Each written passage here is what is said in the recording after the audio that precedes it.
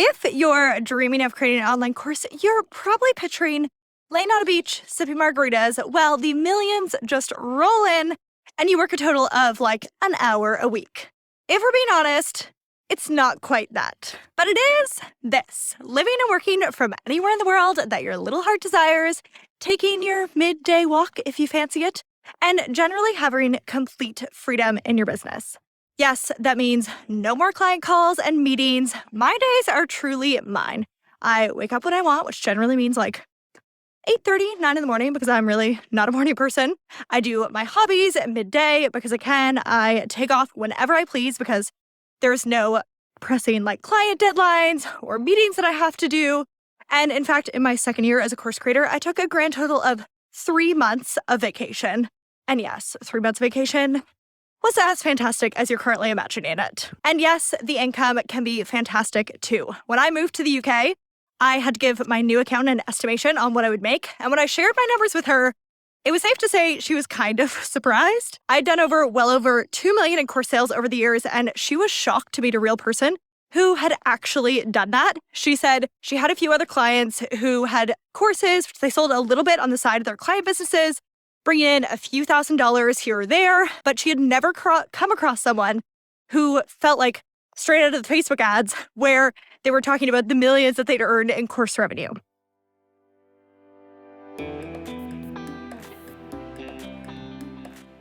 So if you're currently feeling frustrated by lack of freedom in your business, I totally get it. A few years ago, I was a freelance website designer, and while I loved the job, I truly did, there was a couple downsides about that business model, which did start getting to me. I had to do calls every single week with clients, and being in Europe, especially with the time difference, it was kind of a little bit more than annoying when I would have to do calls on a Friday night sometimes. Also, taking off time was always a really big debate in my mind. I could take a week of vacation and spend money on said vacation, but it was also kind of like a double whammy because then I was also losing out on revenue in that time. In that business, my hours were directly tied to dollars, plus I had some pretty ambitious revenue goals as we were looking to put a down payment on a house, and I was raising my rates and earning $5K, $7K, or even $9,000 per client project, which was truly fantastic money.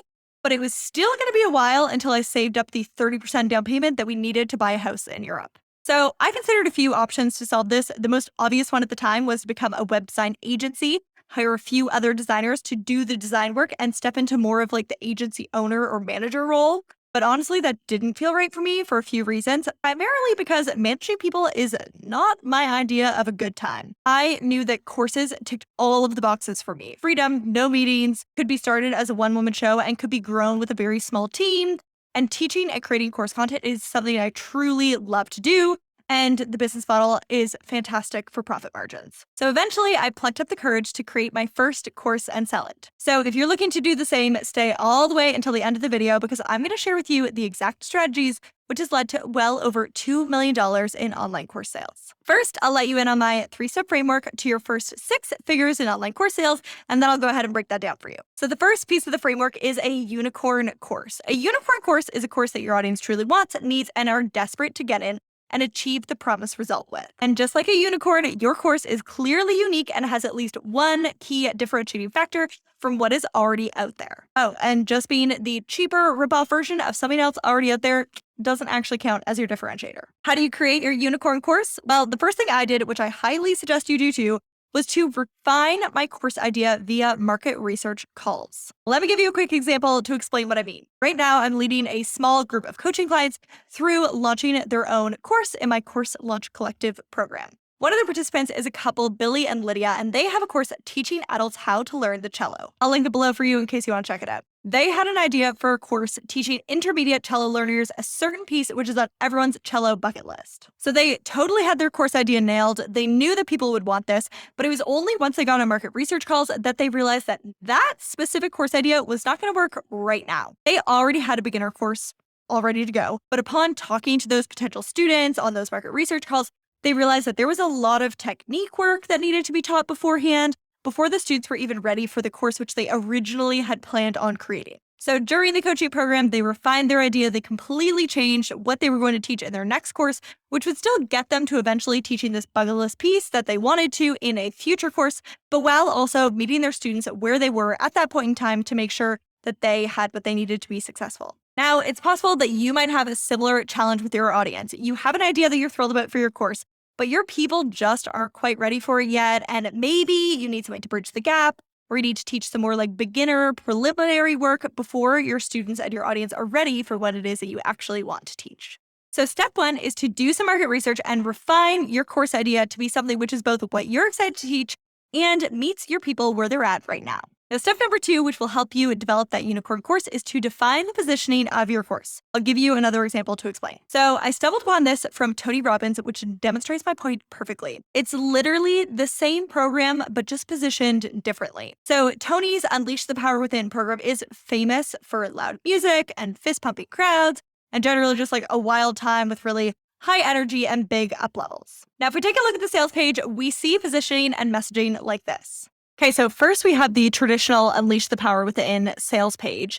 And you'll notice some of the copy on this page, it's talking about the most important year in our history, and success isn't something achieved by accident. You need to take action. Most people want success, but few people achieve it.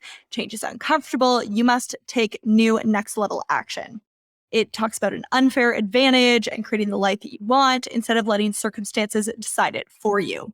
And as you just scroll through the page, you just get a vibe from this page. And that is versus the new Unleash Her Power Within. It's very different. So it says at the very top, rediscover and come home to your true self. Do you remember who you were before you molded yourself to the world around you, before the expectations, the roles, the pressure? It's a transformational program where we strip away the gunk that we've gathered on your journey through life and rediscover who we are. Our truths are deep in our core, and the journey to who you really are.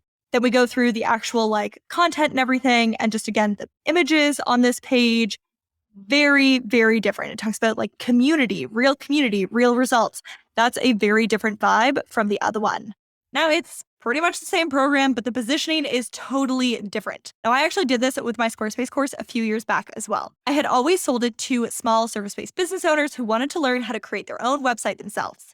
My positioning was always about never be at the mercy of a web designer again to make edits to your website. You will have the power and the confidence to update and edit your own website anytime that you need to. But then over time, I actually realized that most people were taking that course because they wanted to learn the skill of website design in order to offer web design services. So I totally changed the messaging to be in line with that. So I started talking on my sales page about how website design was an in-demand service, but in order to successfully land clients, you first need to be good at designing websites and make really amazing websites.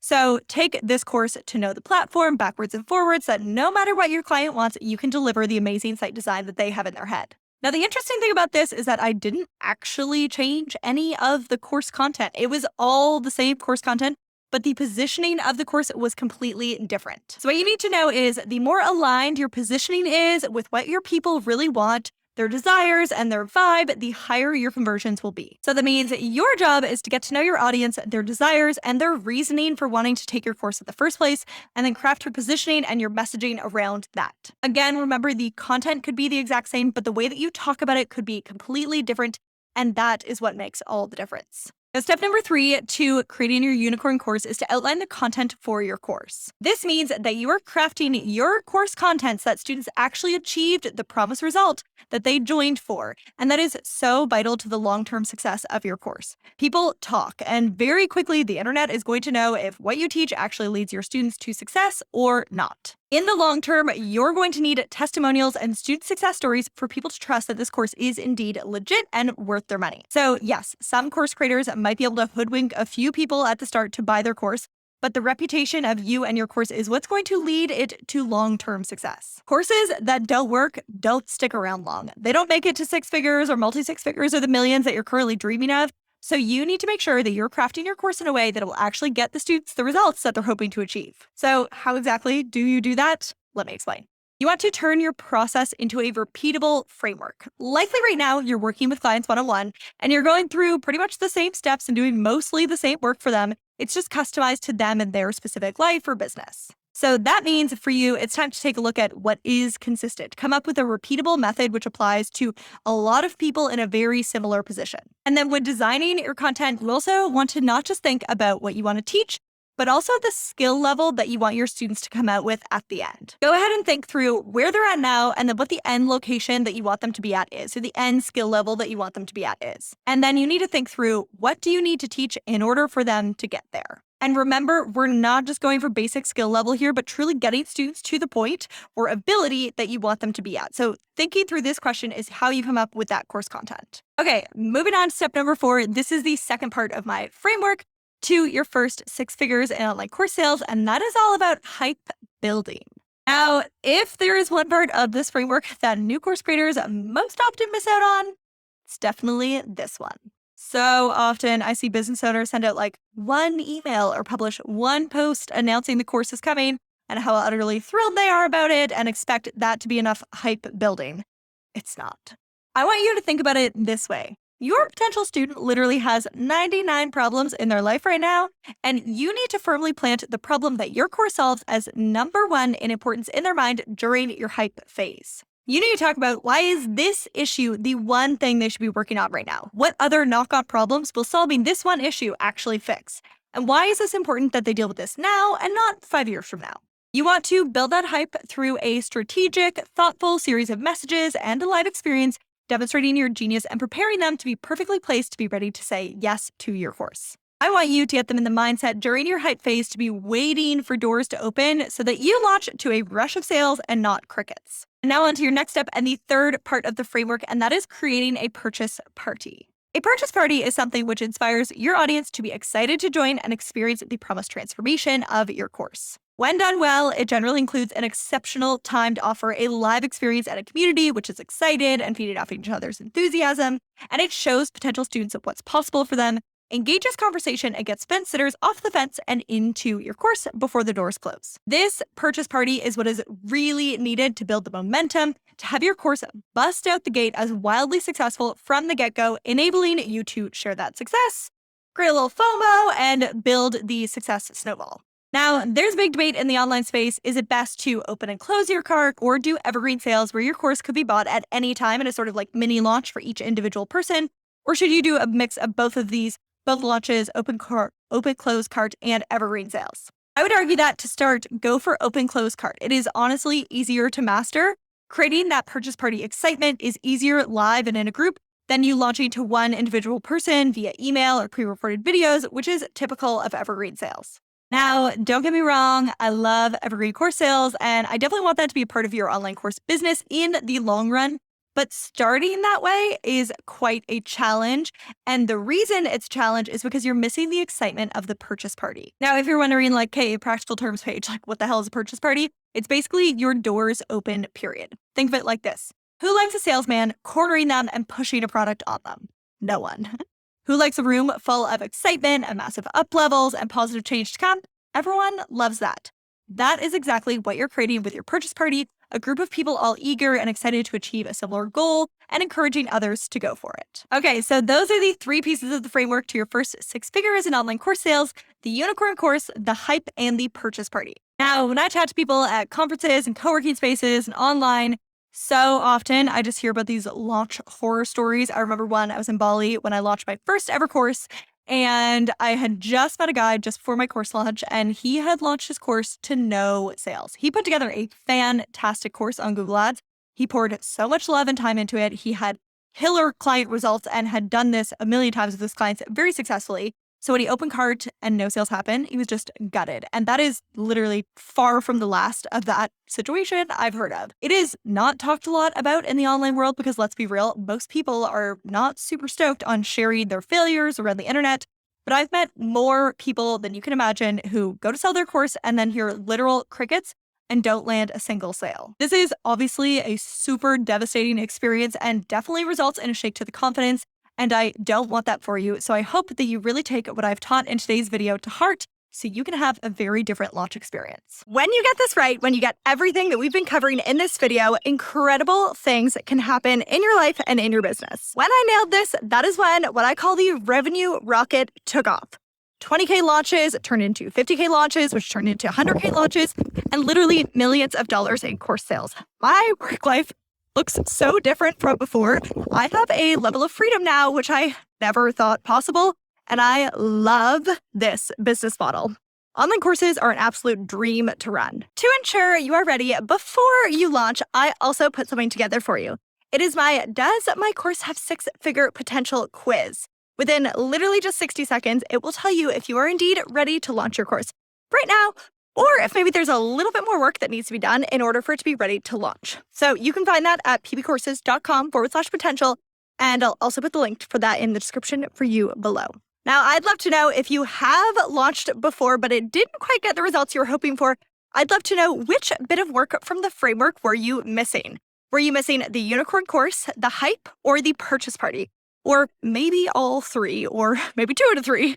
Do let me know in the comments. I would love to know which bit you missed so that I can potentially create a few more videos detailing those exact strategies in the future in real terms. Oh, and if your other big stumbling block with your course right now is what platform is best to host the thing on, then definitely check out this video as well. I went in depth into my 2 favorite course hosting platforms, Teachable and Kartra, and defined which one's best for what and how to make the choice and the decision of which one is right for you.